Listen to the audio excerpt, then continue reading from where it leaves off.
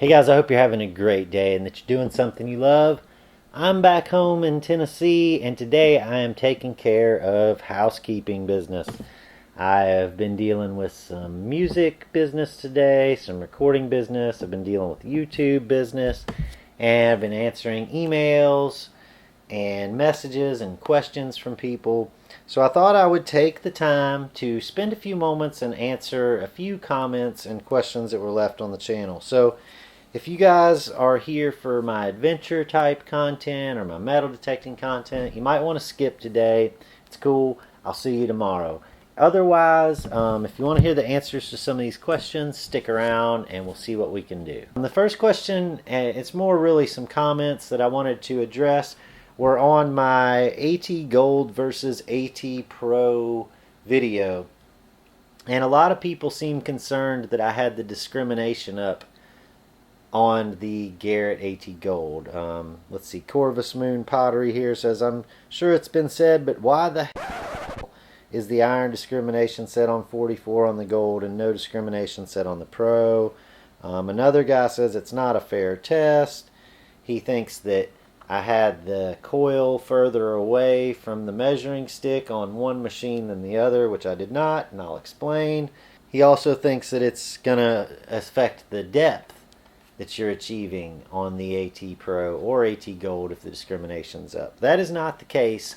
I have a video right here which I'm going to show you to prove it to you.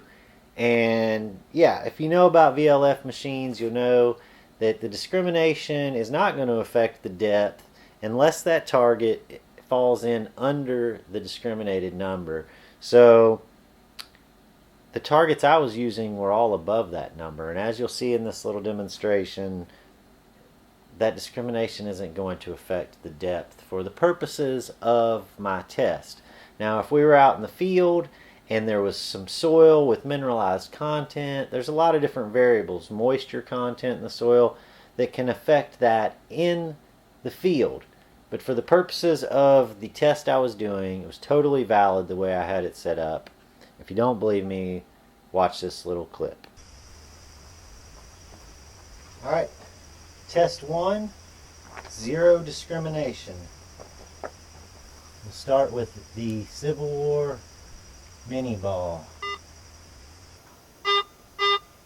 5 inches, 7 inches, 8 inches, 9 inches, 10 inches. 10 inches is about the max. Alright, the discrimination is all the way up on 40 now. Here's the mini ball. 4 inches, 6 inches, 7 inches, 8 inches, 9 inches, 10 inches. 10 inches is about the max on that. Alright, second we'll do the seated Liberty dime.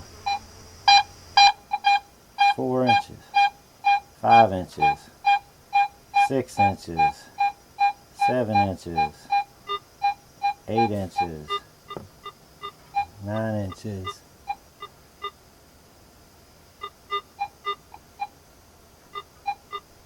8 to 9 inches. The seated Liberty dime, full discrimination. 7, 8, 9. Between 9 and 10. Between 9 and 10. The large penny. 6 inches, 7 inches, 8 inches, 9 inches, 10 inches.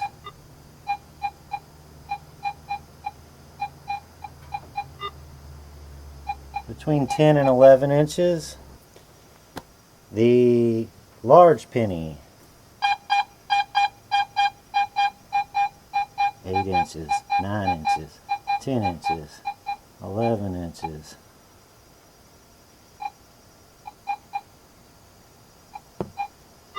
between 11 inches and a foot. A crotal bell,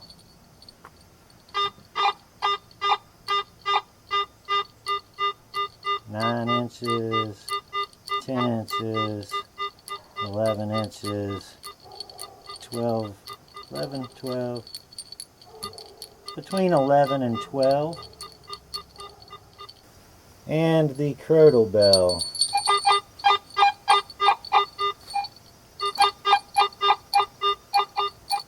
11 inches, 12 inches, 12 inches. Some other people seem to think that the gap was different between the two machines because it appeared so. But what you see on camera is not often the case. The camera angle had moved a little, but the alignment actually had not. And it depends on where you line this camera up as to whether or not you can see if this is actually properly lined up.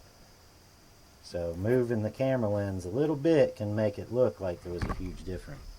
In reality, both machines were lined up perfectly. Okay, now that I've gotten that off my chest, because actually this guy said I faked it, so he said I faked the test, so I just had to get that one off my chest. Second question that's happened a lot recently is, what are MoonPies? If you don't know what a MoonPie is, you are probably from another country other than the United States, or you are from north of the Mason-Dixon line. This is kind of a southern staple. I've known about MoonPies my whole life. I think most everybody alive in the South has known about MoonPies their whole life. They were created in 1917 as a food to satisfy miners who were going into the ground all day, and they wanted something they could throw in their lunch tin really easily that would satisfy them. And that was kind of how MoonPies were derived. I wrote the MoonPie jingle. If you don't know that, that's kind of how my association with MoonPies has come to be. And these are MoonPie minis. They make really large ones as well. You put these in the microwave. I do it for 9 seconds, although there's instructions on the side of the box that'll tell you how to do it. But I put them in the microwave for 9 seconds, heat them up. They're delicious. It's basically marshmallow, chocolate, and graham cracker. It's like a s'more. It's a little known fact that Aqua Chigger can eat an entire box of these in one sitting. I happen to know because I have witnessed it on 2 separate occasions. And the last question, possibly the most important question, and possibly the reason that any of you have stuck around through the entirety of this video, is why were there so many buttons at the button mine site?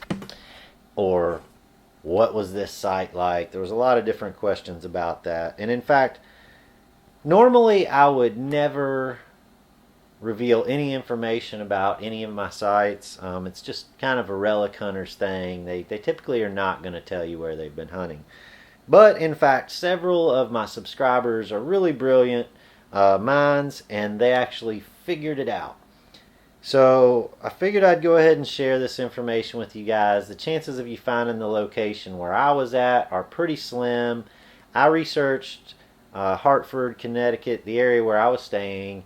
We were hunting right in that area. I researched that area pretty hard, and I alone was able to find 20 or more of these locations within a 30-minute radius of that area. So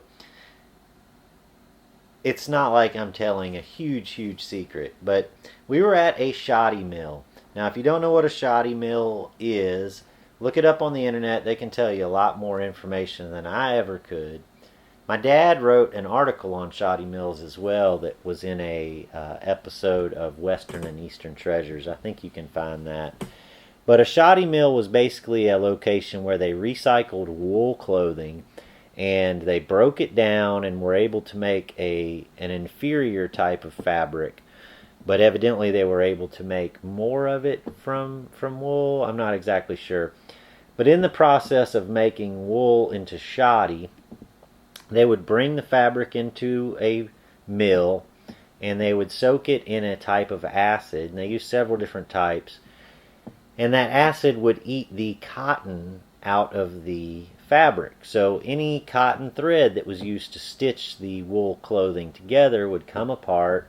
All the fabric would work its way loose and come free, and also all of the buttons that were sewn on with cotton thread would work their way off of the fabric and into the bottom of these big metal trays.